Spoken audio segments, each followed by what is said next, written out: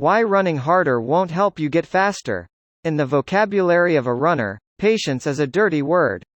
Runners always want to run faster, run more miles, and crush their personal bests, and they want it now. To be more accurate, they wanted it yesterday. I know I felt this way before I donned my coaching cap. I wasn't satisfied with a workout unless I needed to be carried off the track and was forced to spend the rest of the day passed out on the couch. That was dedication. Surely, this is what it took to be the best runner I could be. Unfortunately, this mindset couldn't be more wrong. Not only did this way of thinking impact my short-term goals, thanks to all too frequent injuries and bouts of overtraining, but as you'll learn in this article, it likely affected my long-term progress as well. As I've matured as a runner and changed my perspective on training as a coach, I've come to fully appreciate and value the art of patience. This shift in mindset wasn't easy and it didn't happen overnight. Hopefully, with the help of some hard, scientific data and a sprinkling of anecdotal evidence, this article can accelerate your maturation as a runner and help you achieve your goals. Finish a workout feeling like you could have done more. This is a phrase you'll hear from any running coach worth his or her salt. As elite coach Jay Johnson espouses to his athletes, you should be able to say after every one of your workouts that you could have done one more repeat, one more segment or one more mile. Coach Jay doesn't just pay this rule lip service.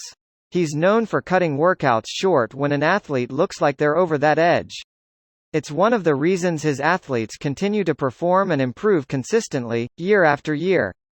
Now, thanks to recent research published in the European Journal of Applied Physiology, we have the scientific data to prove what good coaches have known for so many years. Patience pays off. Side note. Thank you to Alex Hutchinson for first alerting me to this study through his blog. In this study, one group of athletes performed a series of workouts at near maximum intensity for 12 weeks.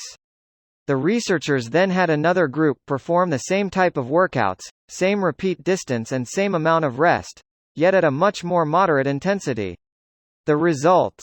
The high-intensity group improved rapidly, recording an increase in VO2 max 30% higher than the moderate group after 3 weeks.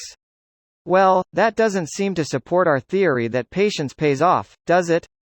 Luckily, the researchers went a step further and recorded changes to VO2 max for 6, 9 and 12 weeks under the same training methodology.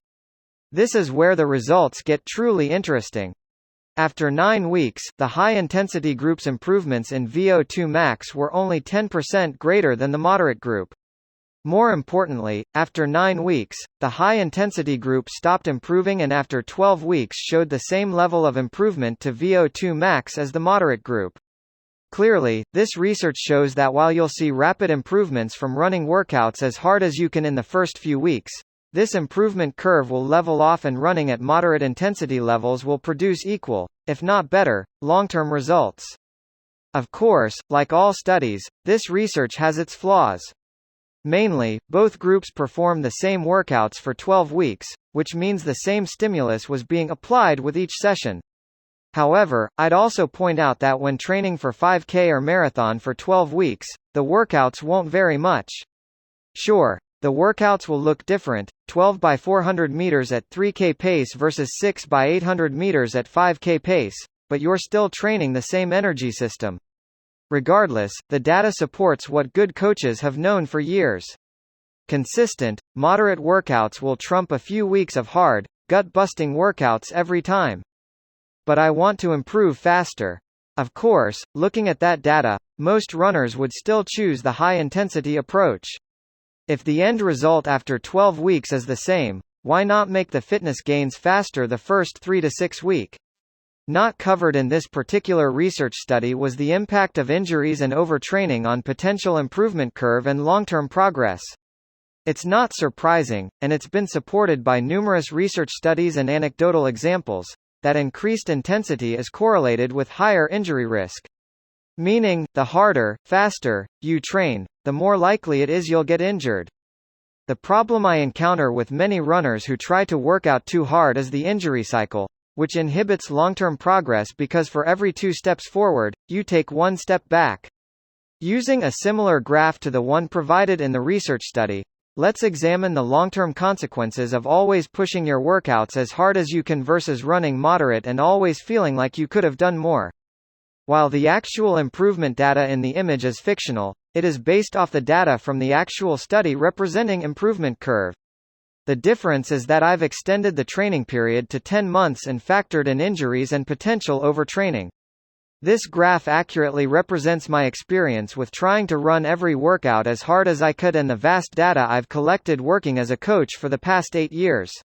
As you can see, the high-intensity runner speeds out of the gate and is far ahead of the moderate-intensity runner after a few weeks. However, it doesn't take long before the high-intensity runner suffers his or her first injury and is set back a week or two. No worries, with just a few weeks of high-intensity training, they are back ahead of the slow-plodding moderate-intensity runner. However, this cycle continues to repeat itself until the high-intensity runners is far behind the consentient, steady performer. More importantly, after 42 weeks, the high-intensity runner is at a point that they can no longer make up the difference in fitness simply by training hard for a few weeks. They will continue to struggle to reach their potential until they finally learn to run their workouts at a moderate level and train to their current level of fitness. Don't be the high-intensity runner. Learn from the mistakes of countless runners before you, the research and scientific data, and the wisdom of coaches who know their stuff.